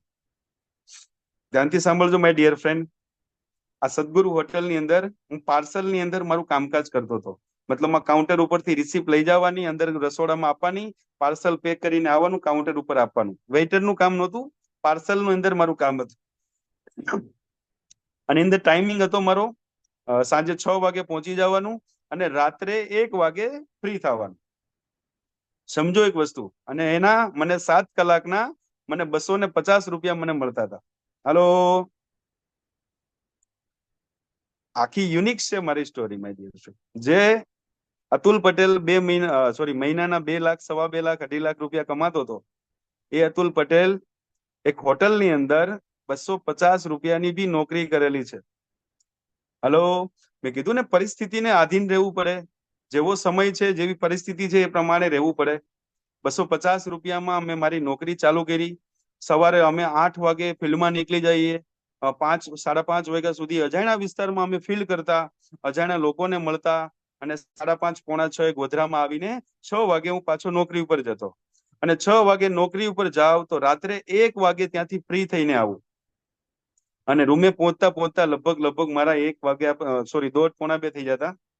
અને ત્યાર પછી આવીને ફરી પાછું થોડું ઘણું વિડીયોઝ દેખતો હતો, થોડુંક એજ્યુકેશન લેતો હતો. તો સુતા સુતા રાત્રે 2:30-3 વાગતા હતા. એવરી ડે 2:30-3 વાગતા હતા. આ હતી મારી આખી જર્ની. જે હોટલ થી મારું ચાલુ થયું, માય લાઈફસ્ટાઈલની શરૂઆત થઈ અને ધીરે ધીરે ધીરે ધીરે ધીરે કામ ધીરે ધીરે માય લાઈફસ્ટાઈલમાં કામ ચાલુ થયું. અને એ સમયે પ્રોબ્લેમ એવો આવ્યો જે તમને દરેક લોકોને ખ્યાલ છે. કોવિડનો સમય આવ્યો, કોરોનાનો સમય આવ્યો 2020ની અંદર ફેબ્રુઆરી મહિનામાં. અને માય લાઈફસ્ટાઈલમાં લગભગ મારા 4 મહિના 5 મહિના થયા હતા. તો કોરોનાના સમયની અંદર પરિસ્થિતિ એવી હતી કે બધું બંધ થવા લાગ્યું અને હોટલ બી બંધ થઈ. તો આપણે બી નક્કી કર્યું કે પાછા જુનાગઢ જતા રહીએ 1-2 મહિના માટે. ખબર નહોતી કે લોકડાઉન એટલું બધું લંબાશે. તો ફાઇનલી હું જતો રહ્યો પાછો ફરી જુનાગઢ અને 2 મહિના હું ગામડે રોકાણો પાછો. કે ગોધરામાં તો કશું હતું નહીં રોકાવા જેવું, ખર્ચા મેન્ટેન કરવા જેવું, ખાવા પીવાનું કોઈ પૈસો નહોતો આપણી પાસે એવું બેકઅપ. 2 મહિના રોકાણો ગામડે. પણ માય ડિયર ફ્રેન્ડ, જે 2 મહિના ગામડે રોકાણો, એ 2 મહિનાની અંદર અમે બહુ બધું ઓનલાઈન બધું સર્ચ કરીને મેં બહુ એજ્યુકેશન લીધું. યુટ્યુબ ઉપર અલગ અલગ કંપનીના વિડીયોઝ દેખતો હતો, અલગ અલગ લીડરોને સાંભળતો હતો. અને ફાઇનલી કોરોનાના 2 મહિના પછી હું ફરી વખત પાછો મેં એન્ટ્રી લીધી ગોધરાની અંદર. પણ એક અલગ એટીટ્યુડ થી લીધી હતી, અલગ એનર્જી થી લીધી હતી અને અલગ ઉત્સાહથી મેં એન્ટ્રી લીધી હતી કે હવે સદગુરુ હોટલમાં નોકરી નહીં કરવી. આ નોકરી મારો બહુ બધો ટાઈમ કવર કરે છે, ટાઈમને ખેંચે છે, મને બીજું ડેવલપ નહીં કરવા દેતો. મેં નક્કી કર્યું કે હવે સદગુરુ હોટલમાં નોકરી નહીં કરવી, હવે તો માય લાઈફસ્ટાઈલની અંદર જ મહેનત કરવી છે. જે થશે એ દેખી લેશું.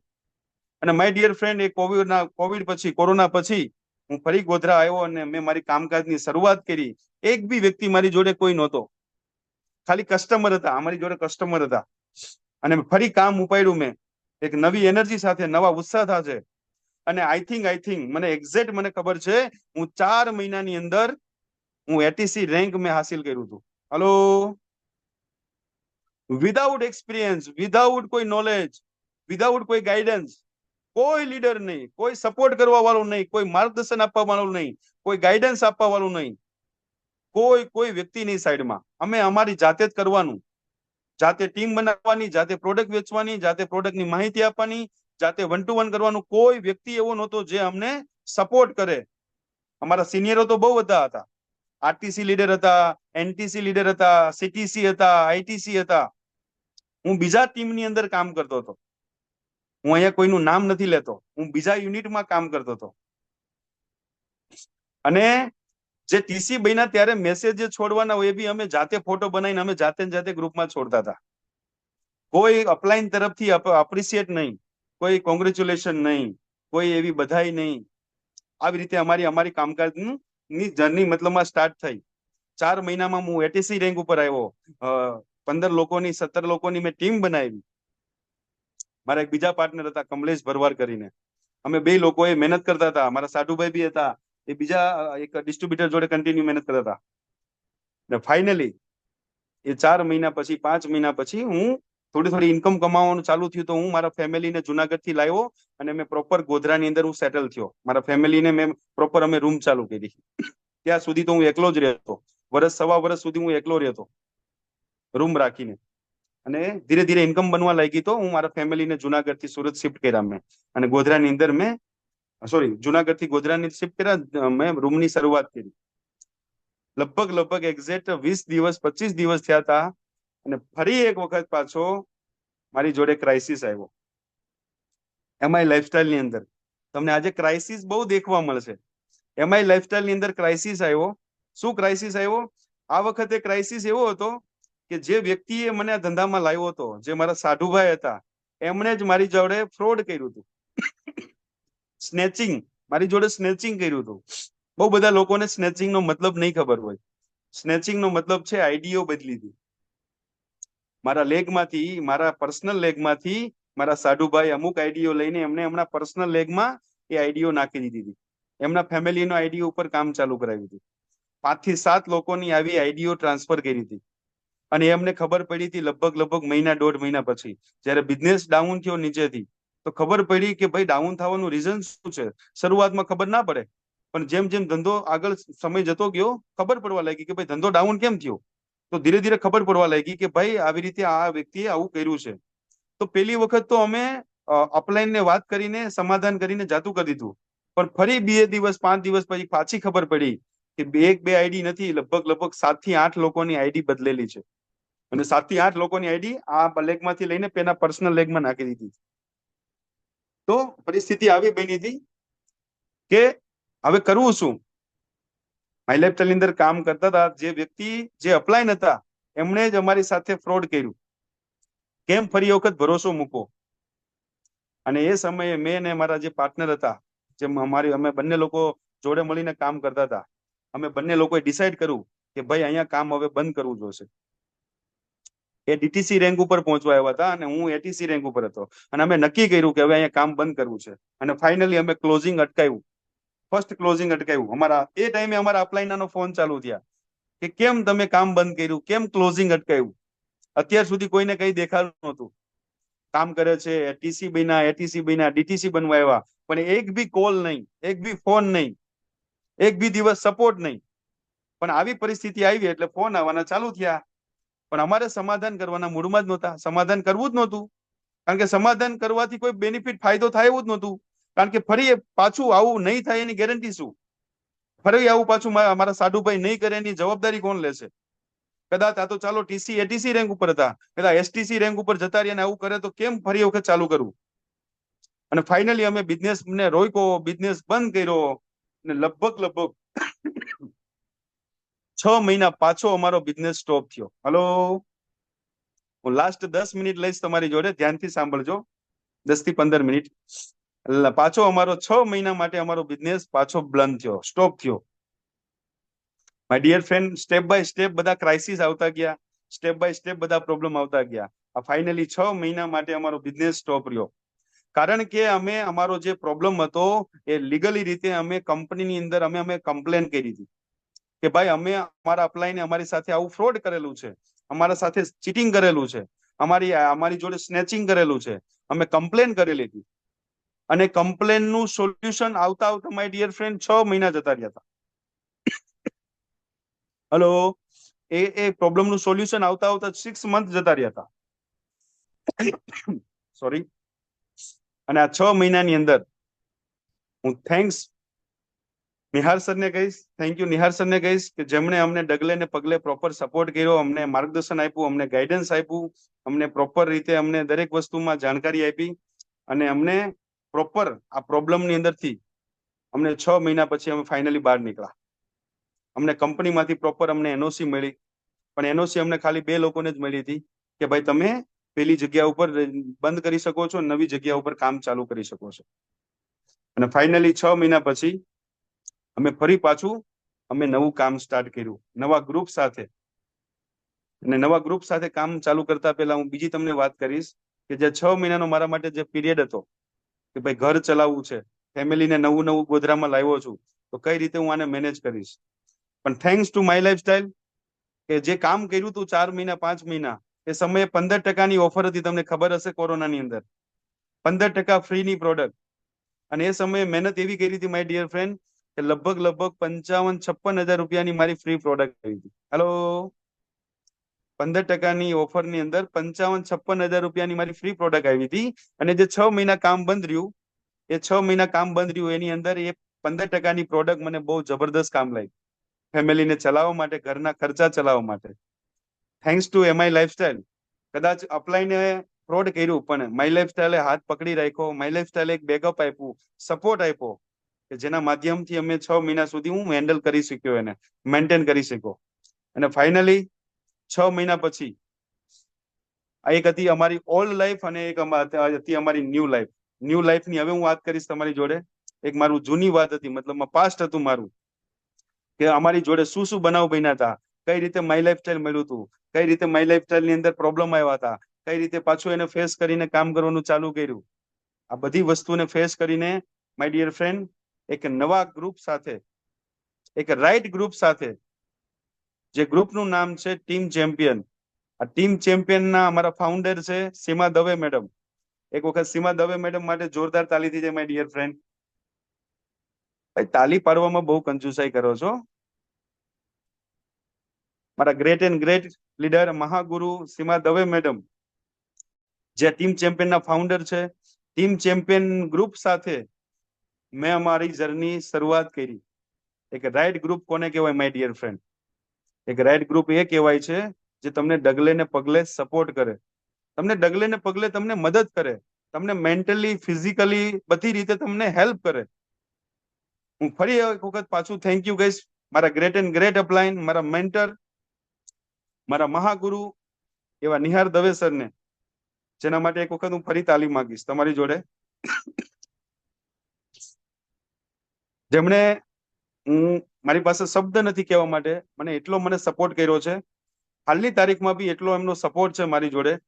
અને એસટીસી સુધીની મારી જે જર્ની છે માય ડિયર ફ્રેન્ડ, એસટીસી સુધીની જે જર્ની છે એનો પૂરેપૂરો શ્રેય જાય છે મારા great and great upline Nihar Dave સરને.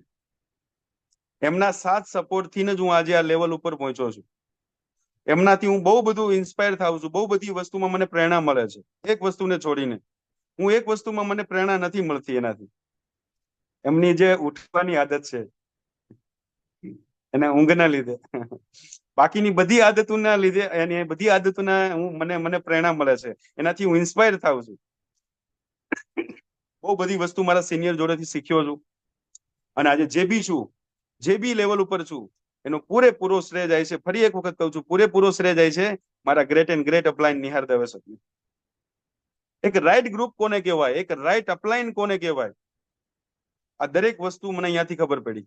કારણ કે મેં માય લાઈફસ્ટાઈલમાં તો ઓલરેડી જૂની જગ્યાએ કામ કર્યું હતું અને એક નવી જગ્યાએ કામ કર્યું, તો મને ઓરિજિનલ ફરક દેખાણો કે એક રાઈટ ગ્રુપની તાકાત શું છે. ખરાબ સમયમાં તો દરેક લોકો જોડે હોય, સારા સમયમાં તો દરેક લોકો જોડે હોય, પણ ખરાબ સમયની અંદર અગર અપલાઇન તમારી જોડે છે તો એ પરફેક્ટ અપલાઇન, એક રાઈટ અપલાઇન, એ દરેક સિચ્યુએશનમાં અમારી જોડે હતા, આજે બી અમારી જોડે છે. એક રાઈટ ગ્રુપ સાથે અમે ફરી બિઝનેસની શરૂઆત કરી. તમે આ જોઈ શકો છો, મારું નિહાર સર સાથે મારી કામકાજની શરૂઆત થઈ 7 એપ્રિલ 2021. 7 એપ્રિલ યાની કે ચોથા મહિનામાં 2021 ની અંદર અમારી બિઝનેસની શરૂઆત થઈ. આજે લગભગ 3.25 વર્ષથી આ બિઝનેસની અંદર એક અમારું ગ્રુપ હતું. એ સમયનું બિઝનેસ સ્ટાર્ટ કર્યા પછી ધીરે ધીરે પાછું ટીમ બનાવવાનું ચાલુ કર્યું. અને અમે એક નાની એવી પાર્ટી રાખી હતી નિહાર સર તરફથી, સીમા મેડમ તરફથી. અમારા ગ્રુપના જેટલા બી લોકો હતા બધા લોકોને ડિનર માટે ઇન્વાઇટ કર્યા હતા. ગોધરાની અંદર લીલીવાડી કરીને એક હોટલ છે. એ હોટલની અંદર અમે રાત્રે ડિનરનો પ્રોગ્રામ રાખ્યો હતો અને બધા લોકોને સર્ટિફિકેશન બી આપ્યા હતા. આ રીતે અમે એક સેલિબ્રેશન કર્યું હતું નિહાર સર તરફથી, સીમા મેડમ તરફથી. અને આ ગ્રુપ તમે જે દેખો છો, આ ગ્રુપની અંદર ખાલી ને ખાલી હાલની તારીખમાં મારી જોડે 2 લોકો બચ્યા છે. મતલબ આ જૂના લોકો. એક તરફ છે નિહાર સરની બાજુમાં અમારા એક લીડર છે, જેટીસી લીડર વિશાલ દેવડા સર, અને બીજી બાજુ છે જમણી બાજુ સીમા મેડમની બાજુમાં છે પારુલ ખરાઈતા મેડમ, જે ડીટીસી રેન્ક ઉપર. બાકીના વચ્ચેના લોકો બધા ગાયબ. હલો, આઈ થિંક એ ટાઈમે હું ડિસ્ટ્રીબ્યુટર રેન્ક ઉપર હતો અથવા ટીસી રેન્ક ઉપર હતો, મને એક્ઝેક્ટ ખબર નથી.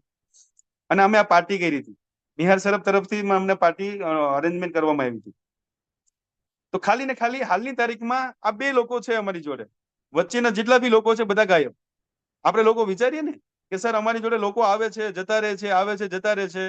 તો આ નેટવર્કનો એક રૂલ છે, નિયમ છે. લોકો આવશે જતા રહેશે, આ બધું થતું રહેવાનું. ડિસ્ટ્રીબ્યુટર લેવલે મારી જોડે જે લોકો હતા એ આજે નથી. ટીસી લેવલ ઉપર જે લોકો હતા એ આજે મારી જોડે નથી. આજે એસટીસી બન્યો તો લોકો આવતા ગયા, બદલતા ગયા, પણ હું બિઝનેસની અંદર ટકીને રહ્યો. આ બંને લોકો ટક્યા છે એનું સૌથી મોટામાં મોટું એક કારણ છે. હેલો, એક બાજુ લેફ્ટ સાઈડ છે ને એક બાજુ રાઈટ સાઈડ, બંને બાજુ મારા સિનિયર છે. એક બાજુ નિહાર સર છે ને એક બાજુ સીમા મેડમ છે. અને બંનેની બાજુમાં મારા લીડરો છે, વિશાલ સર અને પારુલ ખરાઈતા મેડમ. તો અપલાઈન નો પાવર છે, જેના લીધે 2 લોકો ટકી ગયા, બાકીના વચ્ચેના લોકો બધા ગાયબ થઈ ગયા. તો આ રીતે અમે એક રાઈટ ગ્રુપ સાથે, એક ટીમ ચેમ્પિયન ગ્રુપ સાથે અમારી બિઝનેસની શરૂઆત કરી. અમારું ફર્સ્ટ અચીવમેન્ટ હતું માય ડિયર ફ્રેન્ડ, જે મેં મોબાઈલ પરચેસ કર્યો હતો ગેલેક્સી સેમસંગ A12. મોબાઈલ લેવાનું કોઈ મૂડ નહોતું, બટ એક સમયે સરનો ફોન આવ્યો કે અતુલ સર ક્યાં છો? મેં કીધું સર બસ મારી બેઠક ઉપર. તો મને કે આવું છું. મેં કીધું ઓકે સર. સર આવ્યા, મને ગાડીમાં બેસાડ્યો, મને લઈ ગયા. મેં કીધું ક્યાં જવાનું સર? કે ચાલો એક કામ છે પતાઈએ. મને ખ્યાલ નહોતો ક્યાં જવાનું છે. એ ટાઈમે વિવો નો મોબાઈલ યુઝ કરતો હતો, પણ થોડોક તૂટી ગયો હતો, મતલબ ખરાબ થઈ ગયો હતો. તો સેમસંગ ના શોરૂમમાં ગયા અમે અને મને કે સર મોબાઈલ પસંદ કરો.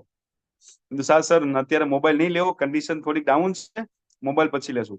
કે મોબાઈલ પસંદ કરો, બીજું કઈ ના વિચારો. અને મોબાઈલ પસંદ કર્યો, મોબાઈલ પરચેસ કર્યો. અમારું ફર્સ્ટ અચીવમેન્ટ હતું. એના પછીનું અચીવમેન્ટ છે, ફરી એક વખત હું મારી ડ્રીમ કાર લેવા જઈ રહ્યો હતો, મારી સપનાની કાર લેવા જઈ રહ્યો હતો. એક સમયે 15 લાખની ગાડી ચલાવી હતી અને પાછા માર્કેટમાં ઝીરો થઈ ગયા હતા. અને કોઈ એવી ઉમ્મીદ નહોતી, કોઈ એવું દૂર દૂર સુધી દેખાતું નહોતું કે ફરી પાછા ગાડી લેશું, ફરી ભવિષ્યમાં આપણી જોડે બી પાછી ગાડી આવશે અને એ બી નવી આવશે. પણ આ બી ગાડી આવી છે, એનો પૂરેપૂરો શ્રેય જાય છે મારા અપલાઈનને. આપણું કોઈ માઇન્ડસેટ નહોતું ગાડી લેવાનું. હલો, કોઈ માઇન્ડસેટ નહોતું. હું તો એટીસી રેન્ક ઉપર હતો. એટીસી રેન્ક ઉપર ગાડી લેવાનું ફાઇનલાઇઝ કર્યું. અને જ્યારે બુકિંગ કરાવવા ગયા, મને આજે બી યાદ છે, હું તમને ચોખ્ખી વાત કરીશ. જ્યારે બુકિંગ કરાવવા ગયા ત્યારે મારી જોડે બુકિંગ કરાવવાના પૈસા નહોતા. એ 5,000 રૂપિયા બી ઉછીના કરીને બુકિંગ કરાવ્યું હતું. પણ પેલું કહેવાય ને, અપલાઈનના સાથ સહકારથી, અપલાઈનના મદદથી, એ હિંમત કરીને, જેમ તેમ સેટલમેન્ટ કરીને ફાઇનલી એ ગાડી મેં બુક કરાવી અને ગાડી મેં પરચેસ કરી. તમે દેખી શકો છો, 7,20,000 આની ઓન રોડ પ્રાઇસ હતી. પૈસો હતો નહીં, પણ કંઈક ને કંઈક મેનેજ કર્યું, થોડુંક સેટિંગ કર્યું, એડજસ્ટમેન્ટ કર્યું અને ફાઇનલી આ ગાડીની મેં પરચેસિંગ કર્યું, ખરીદી કરી. તમે વિડીયો દેખી શકો છો.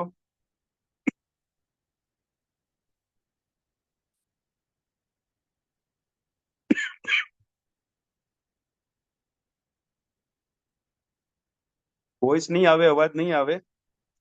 ફાઇનલી એક ગાડી મેં પરચેસ કરી 7,20,000ની. કારણ કે ખબર પડી કે ગાડી હશે તો ધંધો મોટો થશે, ધંધાને વધારે તમે ડેવલપ કરી શકશો.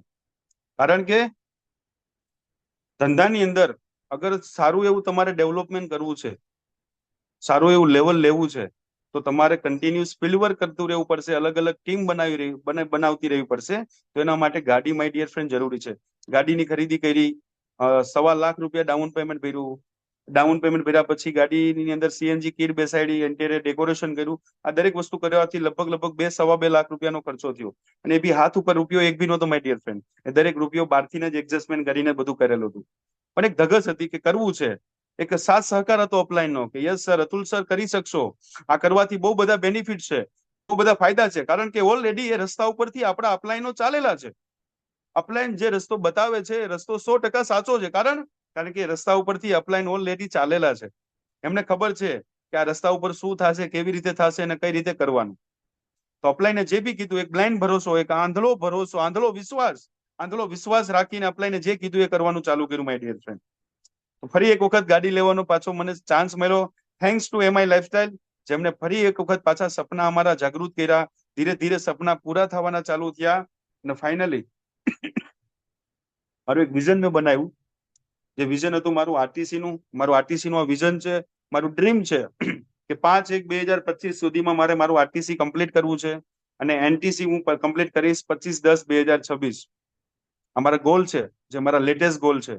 અને મારું બીજું બી એક ડ્રીમ છે કે ગોધરાની અંદર હું એક મકાન પરચેસ કરીશ આવતા વર્ષના એન્ડમાં, 2025 2025 એન્ડ સુધીની અંદર મારે ગોધરાની અંદર મારે એક મકાન પરચેસ કરવું છે.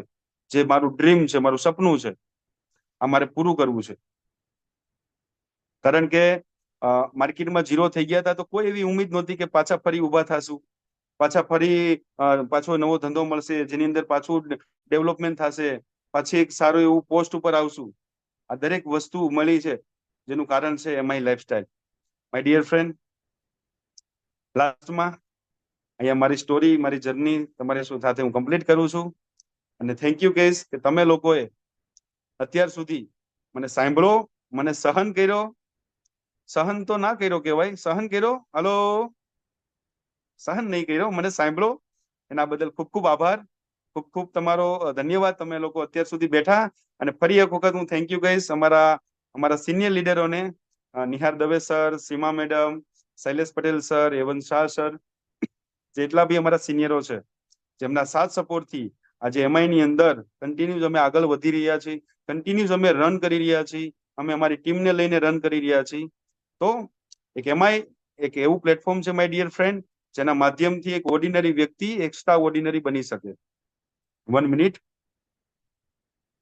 યસ, એક ઓર્ડિનરી વ્યક્તિ એક એક્સ્ટ્રા ઓર્ડિનરી બની શકે અને એક અલગ તમારી પહેચાન તમે બનાવી શકો.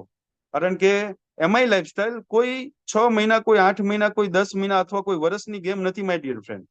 અગર આ ગેમની અંદર, આ ફિલ્ડમાં આવ્યા છો તો માય ડિયર ફ્રેન્ડ 5 થી 7 વર્ષનું માઇન્ડસેટ બનાવીને આવજો. હલો, 5 થી 7 વર્ષનું માઇન્ડસેટ બનાવીને આવજો. કારણ કે ઘણા લોકો આવે છે, 4 મહિના 6 મહિના કામ કરે છે અને પછી એવું કે છે કે સર અમે આમાંથી પૈસો નહીં કમાણા. કઈ રીતે પૈસો કમાશો ભાઈ? આ ધંધો એવો નથી જે તમને 4 મહિના 6 મહિનામાં તમને મહિનાના 50,000 લાખ રૂપિયા આપવા લાગે. આ ધંધામાં તમારે શરૂઆતમાં ટાઈમ આપવો પડશે માય ડિયર ફ્રેન્ડ, સમય આપવો પડશે. તમારે 5 વર્ષથી 7 વર્ષનું માઇન્ડસેટ બનાવીને આવવું પડશે, પેશન રાખવું પડશે. ટીમ રાતોરાત નહીં બને, ટાઈમ લાગશે માય ડિયર ફ્રેન્ડ. પણ અગર ટકીને રહ્યા તો ફાઇનલી ચોકા ને છક્કા તો લાગવાના જ છે. ટકીને કામ કરવું પડશે માય ડિયર ફ્રેન્ડ. આ ફિલ્ડને તમારે રેગ્યુલર તમારે અપનાવીને રાખવું પડશે. અપલાઈનના ગાઈડન્સ મુજબ તમારે માય ડિયર ફ્રેન્ડ ચાલવું પડશે ને એક સારું સિસ્ટમ ફોલોવર બનવું પડશે. તો ફરી એક વખત મારા દરેક સિનિયર લીડરને હું ફરી એક વખત થેન્ક યુ કહીશ કે તમારી વચ્ચે આજે મને બોલવાનો મોકો મળ્યો. કારણ કે પેલા કન્ડિશન એવી હતી કે કદાચ અપલાઈન થોડુંક 2 મિનિટ બી ઝૂમ ઉપર બોલવાનું કહેતા તો કદાચ કેમેરા બંધ થઈ જતા, માતાજી આવી જતા. અને અપલાઈને આ બધી વસ્તુની આદત પાડી છે. અપલાઈને ડાયરેક્ટ કહી દીધું છે કે સર મીટિંગ લેવાની છે, આ કરવાનું છે. કાલે બી બનાવ એવો જ બન્યો કે ડાયરેક્ટલી કહી દેવામાં આવ્યું કે અતુલ સર તમારે 2 દિવસ 3 દિવસ તમારે ટ્રેનિંગ લેવાની છે. હવે ના નહીં કહી શકતા અપલાઈનને. તો અપલાઈનનું એક ધ્યાનમાં રાખીને આજે બધું આ તૈયાર થયા, આજે બધું અપડેટ આવ્યું, અમારા અંદર બોલવાની સ્કિલ આવી, દરેક વસ્તુ પ્રોપર બધી વસ્તુ કરી શકીએ છીએ. પૂરેપૂરું શ્રેય છે અપલાઈનને, કારણ કે એમના કહેવાથી, એમના કરાવવાથી આ દરેક વસ્તુની અંદર બદલાવ આવ્યો છે. તો ફરી એક વખત તમને બધા લોકોને થેન્ક યુ, તમારો ખૂબ ખૂબ આભાર કે તમે લાસ્ટ સુધી બન્યા રહ્યા. મારી સ્ટોરી, મારી સ્પીચ અહીંયા હું કમ્પ્લીટ કરું છું. કાલે ફરી સવારે મળશું. Wish you all the best. જય હિન્દ, જય જય મહારાજ. Thank you all leaders and distributors.